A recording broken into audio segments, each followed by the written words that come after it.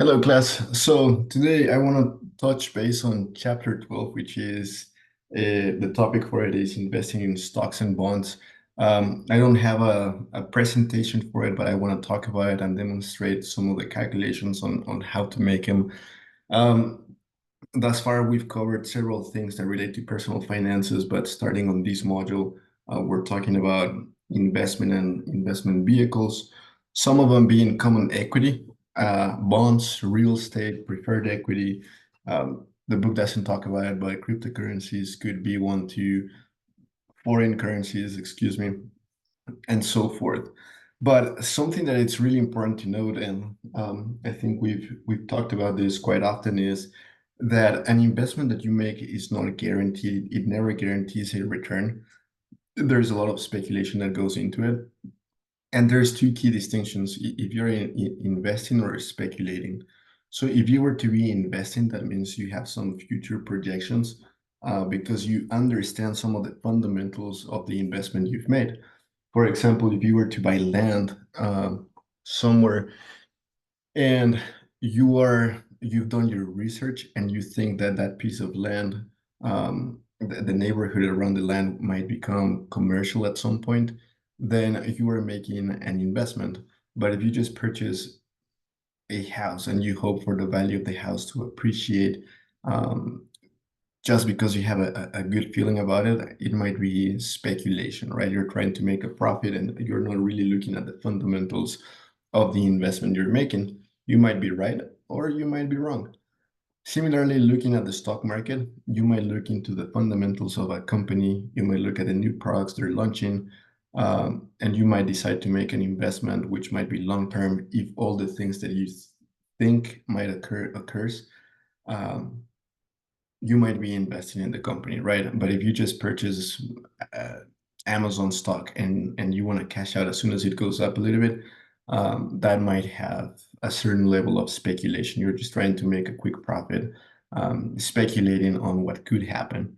But something I do want to highlight is that every time we make an investment, we are the ones assuming the risk of a potential loss or a potential gain. So it's a decision we make on our own.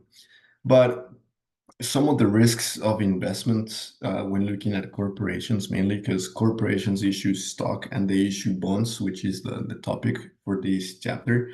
One of them is the business risk. What if the operations or what if the product or the business model that a company that doesn't work anymore?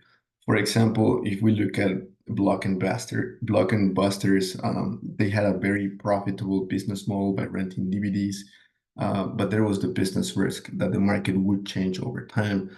And now we prefer streaming services over renting DVDs. Therefore, that risk led to the company being bankrupt. I'm not sure if they still exist. There might be one store just for fun that they have somewhere. So the business risk, whenever we're making an investment, we really need to look at the fundamentals of the company and the products or services they're offering and how um, consumers and consumer preferences might evolve over time.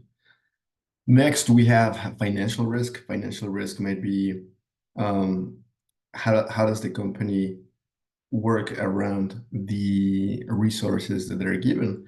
Are they overspending? Are they getting a lot of debt? Are they issuing a lot of stock? Are their shareholders being diluted because of these decisions? Are they efficient with the capital that they get? An example I've given in different talks is Carvana. Carvana is the company that sells used vehicles online. Their sales, when you look at it, they've grown exponentially, talking about revenue on a yearly basis. And at some point, they were reaching $12 billion in revenue per year. Yet the company was not profitable because of executive decisions or management decisions that they made. Um, Meaning like they were selling vehicles, but their profit margin wasn't enough. Meaning like they were buying a vehicle from a client and then selling it to another one, but the margin they made on that transaction wasn't enough to cover all the expenses.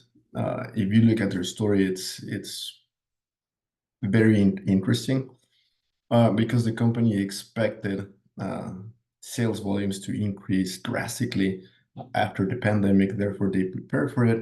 They hire a lot of new employees, and the market didn't react the way they expected. So there was a financial risk. They still had to pay salaries and pay their debt obligations, but the company wasn't profitable. They almost filed for bankruptcy because of poor financial management. But over time, we'll see what happens to the company. Another risk that companies are exposed to is market risk.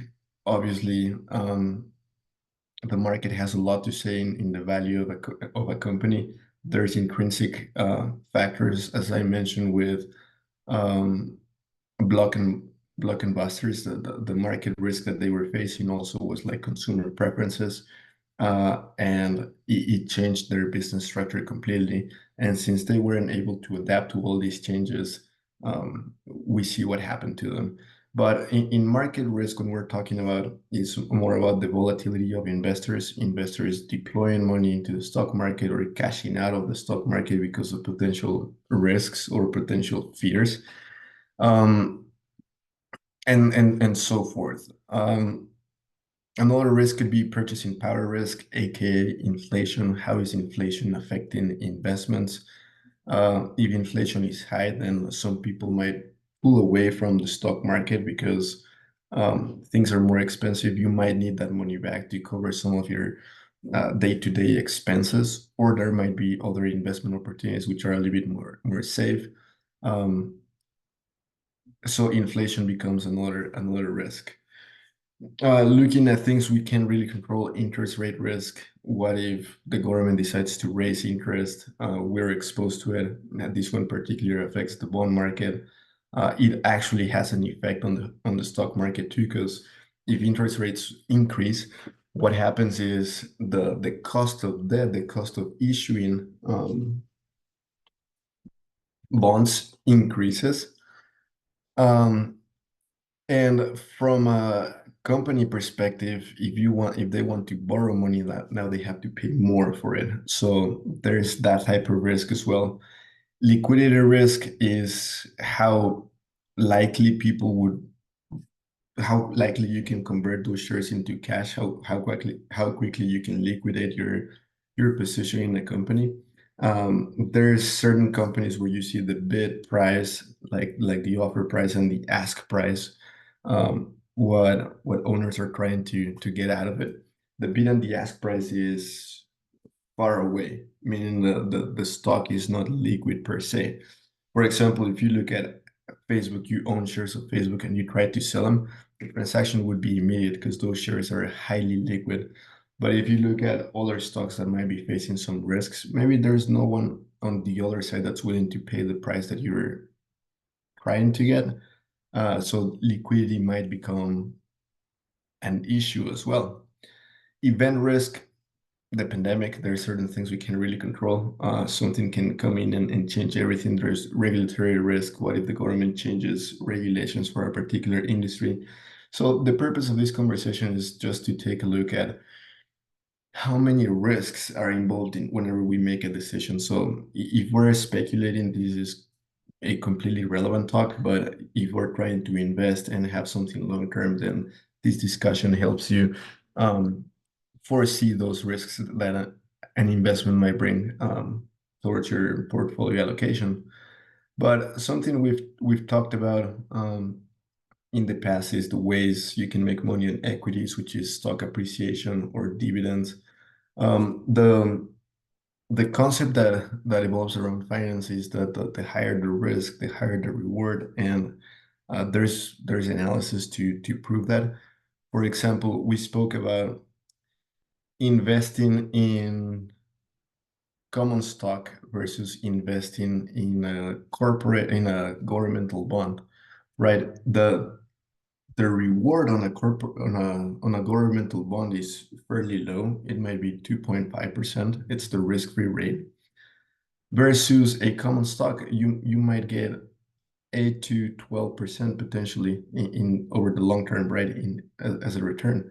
The difference is that one is guaranteed because it's backed by the government, so the risk level is fairly low. Therefore, the reward is fairly low as well. But if you look at stocks, the reward is higher, but the risk is also higher. So if we were to look at a matrix, and I think your book talks about this too, we have the y-axis and the x-axis. Um, the safest form of investments are governmental bonds because they're backed by the government. Then we might look at intermediate term notes or bills from the government or municipalities as well. The reward might be higher because there's more time to it. Long-term bonds. Now we're talking about potentially corporate bonds. Like if you were to lend money to Amazon, Apple, Facebook, Google, Carvana, any other company, they offer a type of return which is significantly higher than governmental bonds, but the risk remains there, right? That's why they're offering more because the company could go bankrupt at some point. But what's the perk of corporate bonds that if the company were to go bankrupt, you have preference of liquidity, like debt holders or bond holders will be repaid first before anyone else. Then we look at common stocks. Common stocks offer a higher return, therefore a higher risk.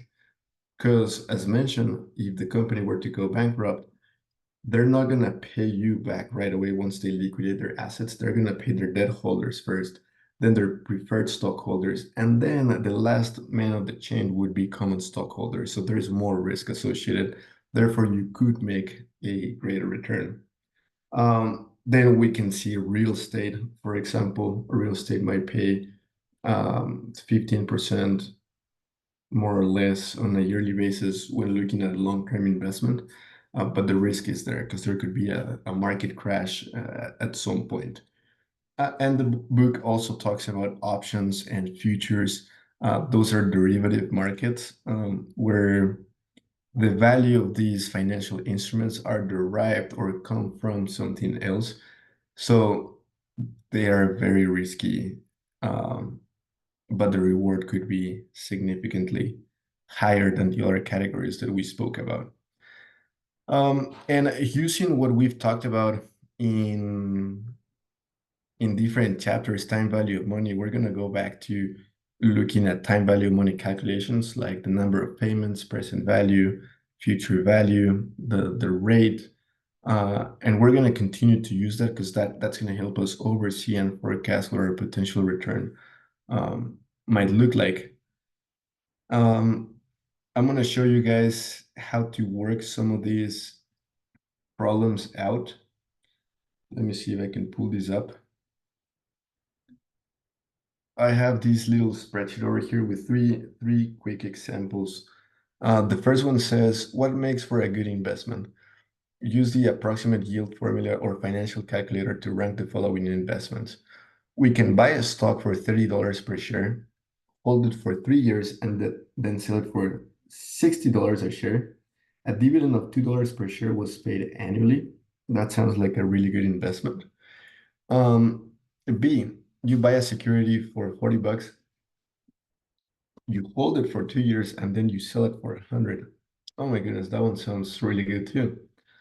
Or the other one, you buy a 1-year note that pays a 5% interest rate on $1,000 at par value. So over here, what we're talking is stock, bond, right? So we can make a decision and say, like, I think this one's cool, but this one's cooler. This one might give you a different result. But if we can actually calculate the expected return from all these investments. So let me write it right here. We have investment A, B, and C. So going back to our initial calculations from time value money, we had present value, future value, payment, number of periods, and rate, the rate of return. Let me move this to a little bit to the side. Cool and cool. I'm gonna copy this, that way it's consistent. Oops. I'm gonna copy this so it's consistent.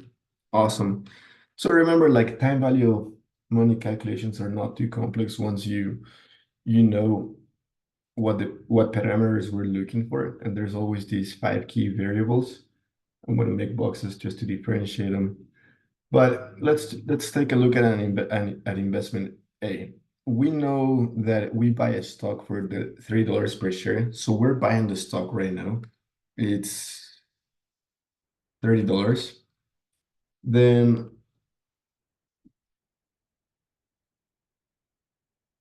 we hold it for 3 years, so the number of periods it's going to be 3. Then we sell it for $60 a share, so the future value of this would be 60. And it paid us a dividend of $2 per share per year.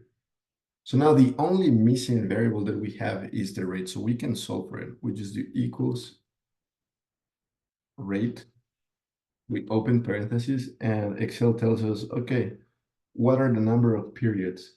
Number of periods, it was 3. What about the payments? Well, we made $2 per year. What about the present value? On this one, we're going to put a negative sign because we spend money on it. So it's negative $30.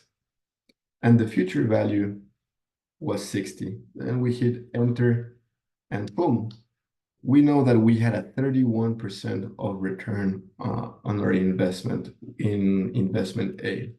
So we can highlight this as the answer. It's 31. Now we take a look at the other one. We buy a security for $40, so present value 40. We hold it for 2 years. We have a 2 over here. Sorry, let me make this pretty. Cool. Then we sell it for 100 after 2 years. Were there any payments? There were none, so we can just enter a 0, and we solve for it. So the rate, it's going to equals the number of payments to payments 0. Present value, I messed it up, negative 40. And future value, positive 100. Oh my goodness, we had a 58% rate of return in investment B. And C, we don't really have to make a calculation for this one because the answer is given, but we buy a 1-year note that offers a 5% interest rate per year. So what rate are we making on this one? 5%. Like it's already given. I wanted to see if I could trick you guys on this one. Cool. So now we know the ranking. And what is this telling us? Let's take a look at example B, for example, sorry. If we were to invest $40 times 1 plus the rate, 58, for 2 years, we would get $100. That's what it's telling us. Like, what was the rate of return in this particular example? So we just verified that the formula worked. Cool. Now, let's take a look at example number 2.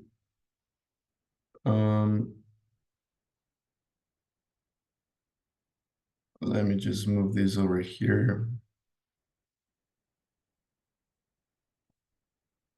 I lost you guys. There we go. Example number 2 says the Castle Company recently reported net profits after taxes of 15.8 million. It has 2.5 million shares of common stock outstanding and pays preferred dividends of $1 million per year. The company's stock currently trades at $60 per share. Compute the stock earnings per share, PE ratio, and determine what the stock's dividend yield would be if it paid $1.75 per share to common stockholders. So if you remember, we've been looking at financial statements, a balance sheet, and income statement, but we haven't really talked about financial ratios. And what financial ratios do is they help us compare apples to apples, right? If we were to look at Delta Airlines and United Airlines, we see that United Airlines is making $100 billion in revenue, and then we see that Delta is making $50 billion in revenue per year.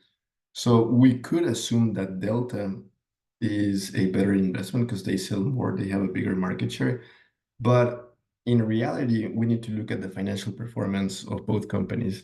And to do so, we have to be able to compare apples to apples. So excluding the volume of the transactions, we can do it by looking at ratios, because ratios would be percentages or multiples that could help us understand the financial position of a company. So when we look at EPS, earnings per share, this is basically telling us how much did the company earn in profit on a per share basis. So maybe Delta's earnings per share is 50 cents. And remember, they were selling $100 billion in revenue. But then we look at United. I think I got them mixed up, but we look at United that only had $50 billion in sales, but their earnings per share are $5. Now we know that United has a better financial allocation. They have better financial strategies. They're making more profit. Because now we're comparing apples to apples. Now we're looking at ratios, or we're looking at percentages that remove the magnitude of company sizing, more or less. So looking at this particular example, there's a lot of ratios out there that we can compare, some of them for liquidity purposes, some of them for company valuation purposes, or just financial management of a company. So earnings per share, EPS, as its name mentions, it's earnings per share. So all we do is the earnings of the company. They had net profits after taxes of 15.8 million. But they paid $1 million to their shareholders. We're going to subtract that. So their real earnings per share, their real earnings was 14.8 million divided by, it says per share. So we have to divide this by the number of shares that they have, which is 2.5 million. So the EPS, earnings per share, for this Castle company is $5.92. So they made $5.92 per share that they have outstanding. Does this mean anything? Probably not, until we compare it to its peers and we can get an industry average comparison to see where they stand. Because right now it looks good. They're making $5 or $6 a share. That's really, really good. But if we look at the industry as a whole and we notice that any other company, they're making $10 per share, yeah, then we know our company is underperforming. Now, what is the stock's PE ratio? That stands for price to earnings ratio. So the price to earnings ratio, it's a measure to see how much investors are willing to pay per dollar of earnings for the company that the company generates. So our PE ratio, the name already tells you what we're looking for. It says that the price, what is the price that the company has? It's $60 a share. And we divide it by their earnings, which is 592. So the result is 10.14, more or less. Yeah. That means that investors are willing to pay $10.14 per dollar of revenue that the company generates. Again, is this telling us something? We would have to compare it to industry averages or their peers just to see where it stands, right? This could be a ratio that tells us whether or not the company is overvalued or undervalued. Because if we look at our peers they have a P ratio of 5 and our company has a P ratio of 10. That means our investors are willing to pay more for a share of our company. That could be a red flag, or that could be an indicator that our company is doing really well and investors really like what we're doing and they have good expectations of our company. And the last one, determine what the stock's dividend yield would be if the company were to pay $1.75 per share to common stockholders. So we're looking at the dividend yield. We can call this DY. And all we do is, what's the dividend they're paying? $1.75 divided by the stock price of 60. They are paying a dividend of 2.9%. So investors know that aside from stock appreciation, they're gonna make $2.92, almost 3% by investing in this company. Cool. Now let's talk about bonds. If a 10-year bond has a face value of 1,000, 10% coupon rate, and a yield to maturity of 5%, the bond should be priced at discount premium par value. What the heck is this? Let me break it down to you guys. Bonds are priced. There's a higher level of complexity to pricing bonds, but just for these class purposes, we can go with the basic explanation and use time value of money calculations because we love them. So to price a bond, we're still going to use a present value, future value, payment, and number of payments and the rate. Those 5 key variables will remain with us. So a bond has a face value of $1,000. That means the company will give you back at maturity $1,000. Okay, so we know that the future value of this bond is 1,000.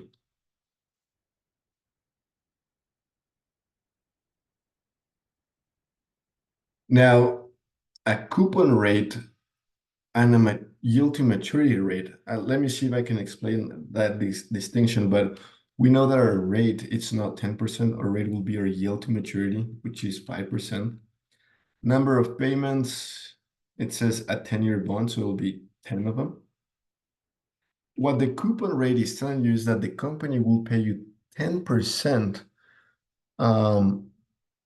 in interest every year, but that doesn't mean that's what you're going to be making. The yield to maturity is how much you make on a yearly basis. So how do we calculate this? The coupon rate would be 10% of the face value of the bond. So all we do is the face value is 1,000 times 10%. We know we're gonna get $100 as a form of interest on a yearly basis from them. Now the question is, what is the present value of the bond?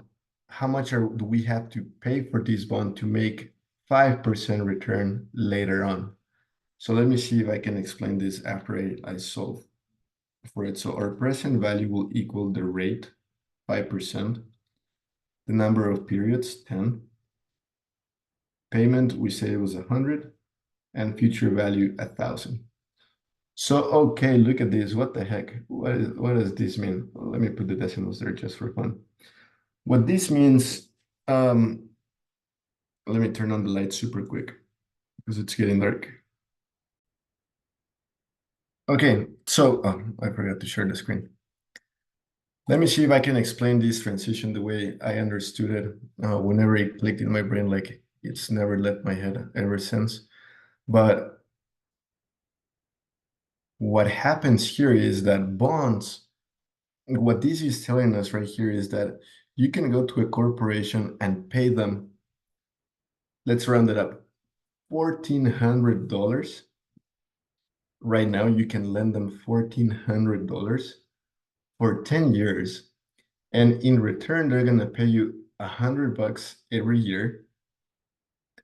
And then after 10 years, they're going to give you $1,000 back. Wait, what? So you're telling me that we're giving a company right now $1,400, and after 10 years, they're only going to give us $1,000 back? How does that make sense?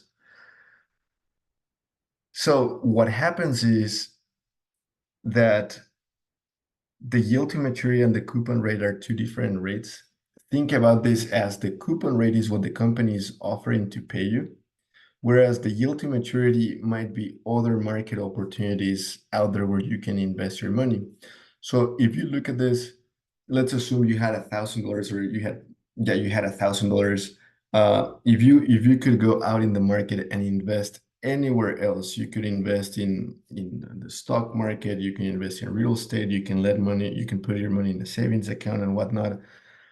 Any other investment that you have is paying you 5%. That's option A. Like if you go out in the market, any option that you look and browse around, they're paying you 5%. Now, you look at this particular company that really needs money. and they tell you, hey dudes, you know what? We really need the money, or a company it's super risky. We're gonna offer a 10% coupon rate. We're gonna pay you 10% in interest. So you have two options. You can either invest in the market for and get a 5% return, or you can invest in this company and get 10% return. Which one would you choose? The obvious answer would be the 10%, right? But everyone else might be thinking the same. So we're all going to come and fight for these 10%. Therefore, the value of this loan that we're making increases because we're getting a better return that we could get elsewhere. So instead of paying them $1,000, oops, now we're paying 1,100, and more people come in and they make better offers, and everything continues to go up, to go up, to go up until $1,400. Why does it stop right there?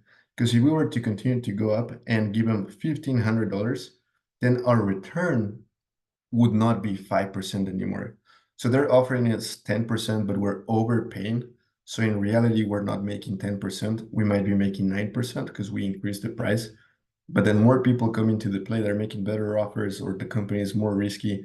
And now we're making 8%. And then we offer more. So now we're making 6%.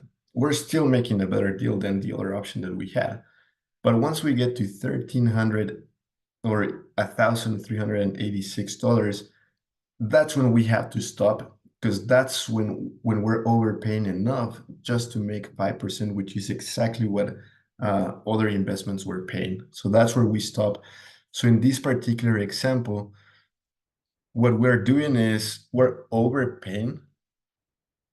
So we're paying a premium for this particular bond, but we're getting a better rate. So even though we overpaid, we're making a 5% return because we're making 10% over here, which will make up the loss of the premium that we paid. But our final return would be 5%. So in this particular case, we are buying this bond at a premium.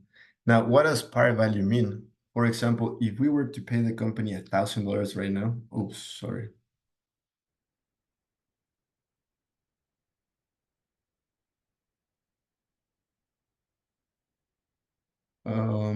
Let me change this. If this were to be 5%, if the company's coupon rate would be 5%, meaning like the coupon rate and the market rate are the same, then the bond would be priced similarly to the face value. So it should be $1,000. So 1,000 and 1,000, the bond would be priced at par value. You give them 1,000, you get 1,000, but in the time being, they're gonna make you 5% payments per year, so that's $50 a year. So how much do you make? Well, you make 5% per year. That's what we saw in this example right here. It's given to you, you're gonna make 5% irrelevant.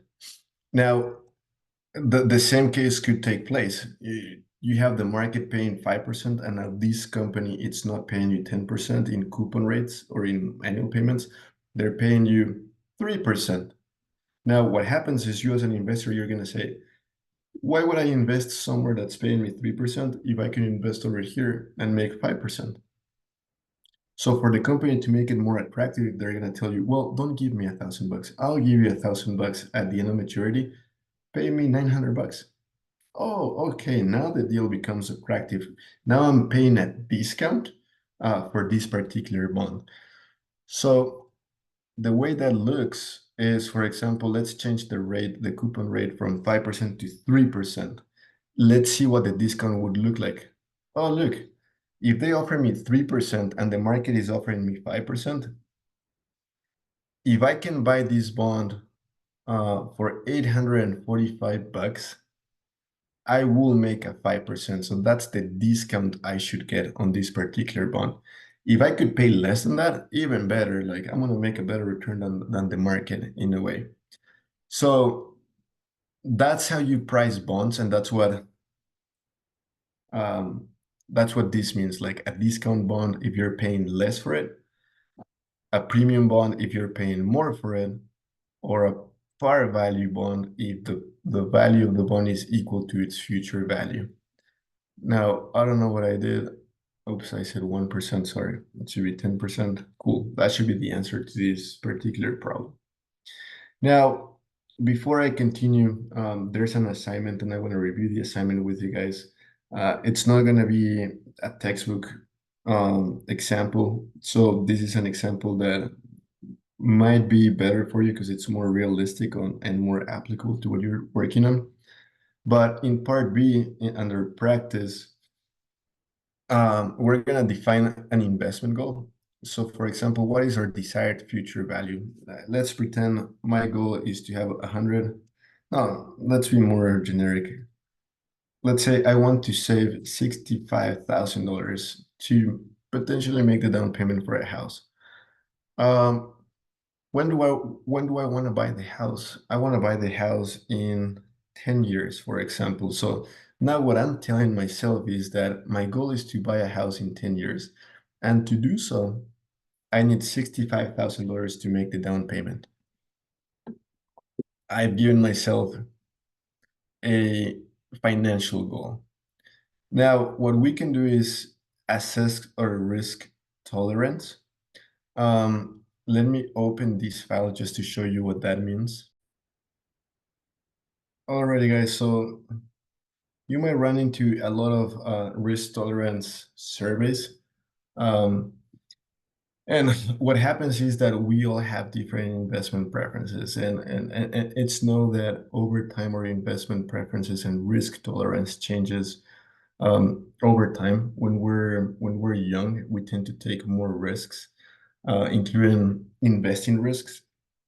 Some of you guys might have been exposed to Bitcoin or some cryptocurrencies, and you took the risk because you could afford the loss. If you took a loss at an early age, you still have plenty of time to recover and work and make up those losses. But as we age, now we're facing retirement. So most likely, our risk tolerance is gonna change because we don't want to risk everything we've built because we don't have enough time to make up any losses. So we might become more conservative and not so aggressive when investing. So based on the matrix that we were talking about earlier today, stocks might be riskier or they are riskier than bonds, and we already explained the concept behind it. Meaning that when you're young, you might have a bigger inclination towards investing in stocks because they have higher risk, therefore they might give you higher returns.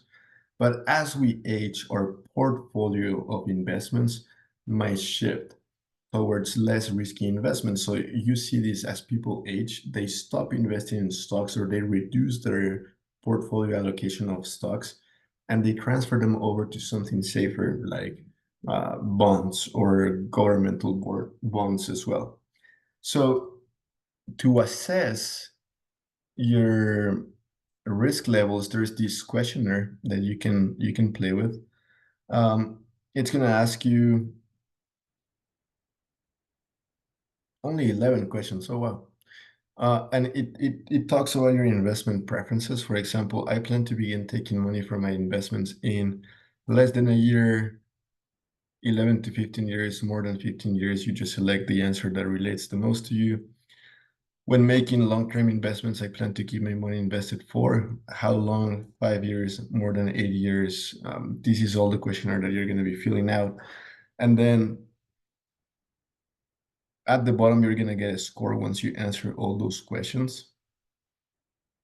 And then at the bottom, you have an overall score. So depending what you scored, this is going to give you your recommended portfolio allocation based on your risk tolerance. So let's assume you're an income investor. There's nothing wrong with any of these results. This just talks about your investment preferences and risk tolerance. If you score anything from 7 to 22 points, you are risk averse, you're more conservative. Your recommended asset allocation would be 100% bonds because it's fixed income.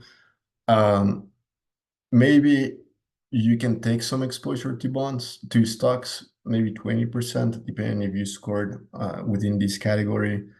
Maybe there's another conversion, 30% stocks, 30% bonds. maybe you're a balanced investor, 40% stocks, 60% stocks, maybe a 50-50 split. Maybe you're a little bit more risky and you prefer to invest more in stocks, 60% versus 40%, or you're just focusing on growth. And here is where the conversion happens, like 100% stocks at the end, like you want to be super aggressive.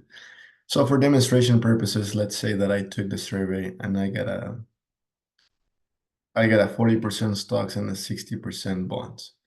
So looking at this spreadsheet that we were working on, I'm gonna come here and say, yes, I agree with the results. I like to be conservative, but and just write out an explanation on how you felt about the assessment. It might be wrong, or it might really speak your language, and you might feel related to the results. But then what matters is we need to establish our asset allocation. In this particular case, we said that we're going to have a 40% allocation and a 60% bond allocation. Now, we can forecast how much we can make in stocks and bonds. So there's two resources. SoFi, this article over here. Let me pull it up. It's going to give us an analysis on the average returns for the S&P 500, meaning the stocks, over 10 years, 20 years, or 30 years. So if we look at my goal for the assignment or for this particular project was I wanted to buy a house in 10 years. So I need to compare apples to apples. If I'm gonna invest, I need to look at a 10-year investment horizon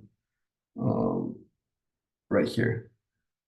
So 10 years from 2013 to 2023, the average stock market return was 12.39%. And if we adjust it for inflation, we covered that in the previous chapter, the average result is 9.48%. So for demonstration purposes, we're going to go with the 12%, unless you want to see the real rate of return, 12.39. So we know that on average for 10 years, I could get a 12.39%.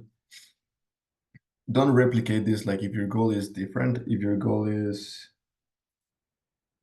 5 years, use these values. If it's 20 years, use these values.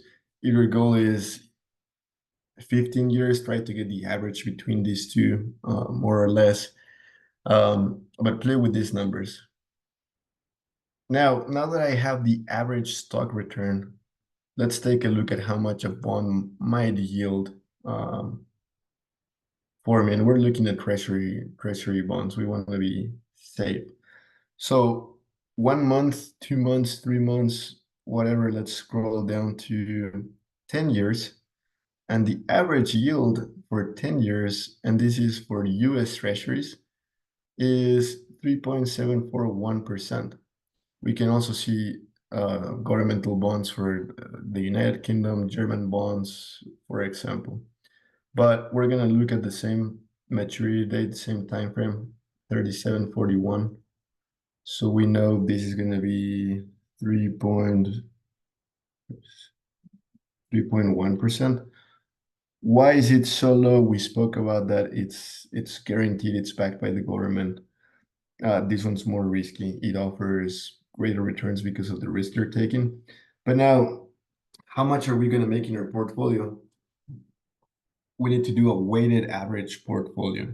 So we cannot just do an average between these two because we're not allocating the same amount of money to both portfolios.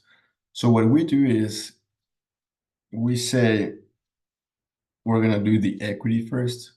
We say our expected return on stocks is 12.3% times the allocation we're going to have in this one is going to be 40%. So we're going to get 40% of that 12% because that's how much we're investing.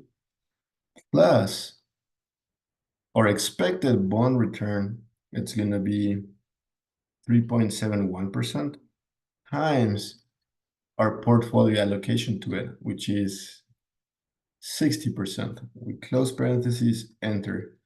So our weighted average portfolio return, if we don't change it, should yield 7.18% over 10 years, right? Now, if our formula is correct and we were to change our, let me do 1 minus this. If we were to change our allocation, we'll see how our average portfolio return changes. If we were to do 50% and 50%, oh, look, it's just a simple average, 8.50%. If we were to invest 100% in stocks, our return will be 12.39% because we're investing 100% of what we have into stocks. If our portfolio would be 0% in stocks, then everything else would be invested in bonds. So we should expect a 3.71%. So for assignment purposes, I think we said this was going to be 40% and this one is 60. So our weighted average portfolio return is 7.182. Now, time value of money. What lump sum of money do you need to invest today to reach your financial goal? So our future value, we said we wanted $65,000 to buy a house. What is the rate of return we're going to get? Well, based on our portfolio allocation, we know our return is going to be 7.1%. We can estimate that. Are we going to make any payments to this? Nope, because the example says lump sum money. Number of periods, we say it's going to be 10 years. So how much do we need to invest today to get $65,000 at a 7% interest rate in 10 years? So we do present value equals the rate, comma, number of periods, comma, number of payments, comma, future value. Okay, so for us to reach our goal with this given analysis, we need to invest $32,486 today at a 7% rate out at a portfolio that yields that much, which would be 40% stocks and 60% bonds, to reach our financial goal of having 65K in 10 years. Now, what is the dollar investment in our portfolio assets? Meaning, like, out of these 32, how much would it be invested in stocks and how much would it be invested in bonds? Well, out of the 32, we know we're going to invest 40% in stocks. Enter. So we need to invest almost 13K in stocks. And this one times 60%, almost 20K in bonds. Now we can just create a pie chart. There's a video on how to do that. But now we're taking a more proactive approach on how to set our financial goals and how to set the expected return for those financial goals as well. So I hope this example helps you. And remember, we gotta use time value of money when it comes to investments all the time, not just to gauge how much we're making right now, but also to understand how much we could potentially make in an investment. If you were to invest, if your bank is offering you 4% in interest rates in their savings account, well, if you deposit $1,200, how much do you expect in return in a year? Those are calculations we can already estimate and account for. Or like what we saw in the example, if we want to buy a house and we know we're going to need 65K for a down payment, how much should we invest today and at what rate and for how long to be able to reach our financial goals? I hope the example made sense. Thank you all for paying attention and take care.